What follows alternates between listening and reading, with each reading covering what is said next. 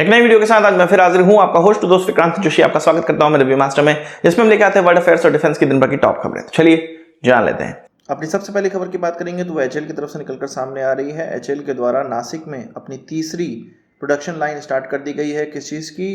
LCA तेजस की, यानी कि अब इसका प्रोडक्शन और तेज गति से होने लगेगा। इससे पहले जो हमारे पास दो प्रोडक्शन लाइन थी उसमें उसकी कैपेसिटी 16 एयरक्राफ्ट पर ईयर की थी, जो कि अब बढ़कर 24 एयरक्राफ्ट पर ईयर की हो जाएगी। यानी कि एक प्रोडक्शन लाइन से 8 एयरक्राफ्ट निकालने की एचएएल की कैपेबिलिटी है।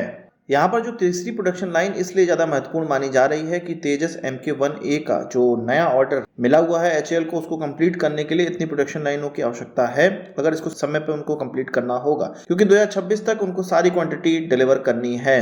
पर बात यहाँ पर यह भी कही जा रही है कि ये जो तीसरी प्रोडक्शन लाइन होगी उसको मोस्ट प्रॉब्ली 32 जो तेजस MK1 हैं, जो कि हमारे इनिशियल तेजस हैं, उनको तेजस MK1A के कैटेगरी तक लाने के लिए जो इन्हेंसमेंट करने हैं, जो अपग्रेडेशन करने हैं, उसके लिए ये जो नई प्रोडक्शन लाइन है या प्रोडक्शन फैसिलिटी है स्टार्ट करी गई है, उसका इस्तेमाल किया जाएगा। खैर ये तो भविष्य बताएगा कि किस फैसिलिटी का या किस प्रोडक्शन लाइन का किस चीज़ में इस्तेमाल किया जाता है, पर 3 प्रोडक्शन लाइन होने से एचएएल की प्रोडक्शन कैपेसिटी पे बहुत ज़्यादा फर्क पड़ेगा और आगे भविष्य के जो ऑर्डर हैं उनको तेजी से डिलीवर किया जा सकेगा। बात करते हैं भारत की डिप्लोमेसी की, और इस डिप्लोमेसी में फिर से पाकिस्तान को बहुत बड़ा नुकसान हुआ है। असल में पाकिस्तान के द्वारा सबमरीन इस्तेमाल की जाती हैं। कुछ 5 सबमरीन ऐसी सबमरीन हैं जो कि फ्रांस के द्वारा बनाई गई थी। अगस्टा क्लास की ये सबमरीन है। इसमें 3 अगस्टा 90B है और 2 अगस्ता 70 हैं। आपको पता है कि कन्वेंशनल सबमरीन में बैटरीज का बहुत ज़्यादा उपयोग होता है और बहुमूल्य होती हैं बैटरीज, क्योंकि जब समंदर के अंदर कोई सबमरीन जाती है तो पावर सप्लाई इन्हीं बैटरीज से प्राप्त होती है। अब ये बैटरीज अगर सबमरीन से हटा दी जाए या वो ख़राब हो जाए तो वो सबमरीन किसी काम की होंगी नहीं। यही चीज़ पाकिस्तान के साथ हुई थी, क्योंकि ये पुराने सबमरीन थे। पाकिस्तान को ये फ्रांस से सेकेंड हैंड प्राप्त हुए थे। इनकी बैटरीज अब ख़राब होने लगी हैं, ख़त्म होने लगी हैं। वो ग्रीस के पास पहुँचा कि हमें इसके लिए नई बैटरीज दें। ग्रीस ने मना कर दिया। क्यों मना कर दिया? क्योंकि पिछले ही साल भारत ने ग्रीस से ये कह दिया था कि पाकिस्तान को किसी भी तरह के हथियार ना बेचे जाएं ग्रीस के द्वारा। ग्रीस इसलिए भी ये चीज़ कर रहा है क्योंकि टर्की से उसकी दुश्मनी है और पाकिस्तान टर्की का आयन ब्रदर है और भारत की डिप्लोमेसी तो साथ में है ही। तो इस कारण से ग्रीस ने पाकिस्तान को ये जो बैटरीज हैं वो देने से मना कर दिया। अब पाकिस्तान के पास दूसरा रास्ता ये बचा हुआ है कि अपनी जो पुरानी बैटरीज हैं वो उस वेंडर के पास ले जाएं जो कि वो बैटरी बनाता है, जो कि फिर से ग्रीस की ही कंपनी है, और उसको जाकर कहे कि हमारी पुरानी बैटरी को सर्विस कर दो, और तब जाके उसका सबमरीन में इस्तेमाल कर सके। क्योंकि ग्रीस से अगर कोई हथियार या हथियार से जुड़ी हुई चीज़ें कहीं बाहर एक्सपोर्ट करना है तो अनुमति लेनी पड़ती है सरकार की। यही अनुमति उनका वेंडर लेने पहुंचा था और उनको मना कर दिया गया। पर जब किसी की सर्विसिंग करनी है, किसी हथियार की सर्विसिंग करनी है या इस बैटरी की सर्विसिंग करनी है, तो उसके लिए ग्रीस की अथॉरिटी से उस कंपनी को नहीं पूछना पड़ेगा। तो हो सकता है कि उनकी पुरानी बैटरी की सर्विसिंग हो जाए। पर अगर भारत इसके लिए भी लॉबी करता है या भारत इसके लिए भी प्रयास करता है तो हो सकता है कि पाकिस्तान को ये सर्विस भी ना मिले। इसके साथ ही जो नए उनके पास सबमरीन आने वाले हैं हैंगौर क्लास के, जो कि चीन के द्वारा बनाए जा रहे हैं, 8 की संख्या में बनाए जा रहे हैं, जिसमें से 4 पाकिस्तान के अंदर बनाए जाएंगे और चीन के अंदर 4 बनाए जाएंगे।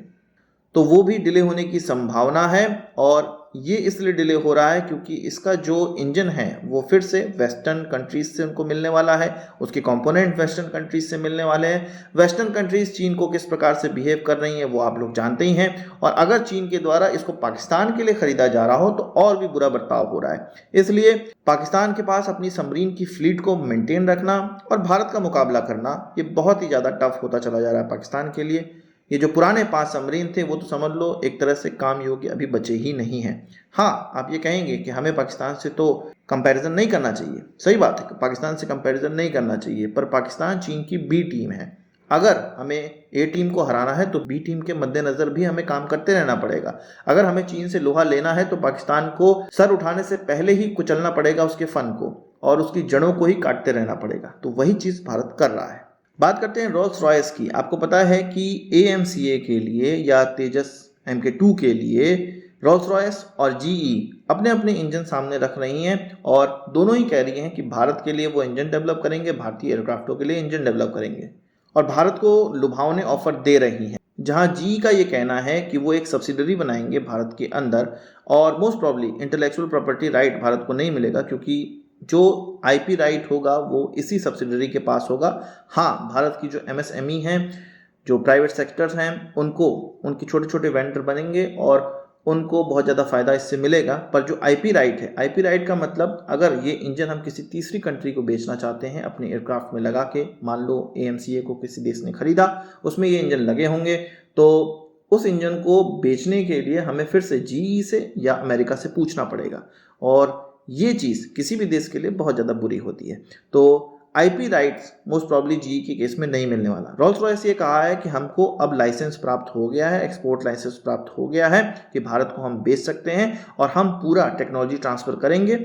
ये जो एक्सपोर्ट लाइसेंस है वो किसी एक डायरेक्टली इंजन को बेचने का नहीं है। असल में भारत के साथ रोल्स रॉयस मिलके एक नया इंजन डेवलप करेगा जिसमें कि टेक्नोलॉजी ट्रांसफर होगी। ये जो नया इंजन होगा उसका IP right, intellectual property right, वो भारत को दे रहे हैं और कह रहे हैं कि हमें तुमसे पूछने की आवश्यकता नहीं पड़ेगी, आप किसी तीसरे कंट्री को बेच सकते हैं। तो रोल्स रॉयस इस ढर्रे पे चल रहा है और GE का ढर्रा मैंने आपको बता दिया। हाँ, अगर कोई इंटेलेक्चुअल प्रॉपर्टी राइट आपको देता है तो उसका दाम कुछ अलग ही होगा। भारत को ये चूज करना है कि कौन सा भारत के लिए सही है। इसमें डिप्लोमेसी भी काम आएगी, इसमें पैसों की संख्या भी काम आएगी, और इसमें ये चीज़ भी काम आएगी कि कितना समय लगता है किसी टेक्नोलॉजी को एब्जॉर्व करने में, कौन सा इंजन ज़्यादा बेहतर है, हमारी आगे क्या रिक्वायरमेंट है। इन सारी चीज़ों को देखने के बाद ही किसी पार्टनर को सेलेक्ट किया जाएगा। मैं आपको बता दूं कि GE ने भी अमेरिकन गवर्नमेंट से कहा है कि हमको एक्सपोर्ट लाइसेंस दो, और मोस्ट प्रॉब्ली वो भी उनको भी मिल जाएगा। बात करते हैं HAL की नासिक डिवीज़न की, तो यहाँ से 100वां Su-30 MKI जो कि रिपेयर और ओवरहॉल्ड हुआ है वो डिलीवर कर दिया गया है। असल में इस जो फैसिलिटी की क्षमता है वो 16 से लेके 20 एयरक्राफ्ट हर साल रिपेयर और ओवरहॉल्ड कर सकते हैं। ROH कहा जाता है इसको, ये कर सकते हैं।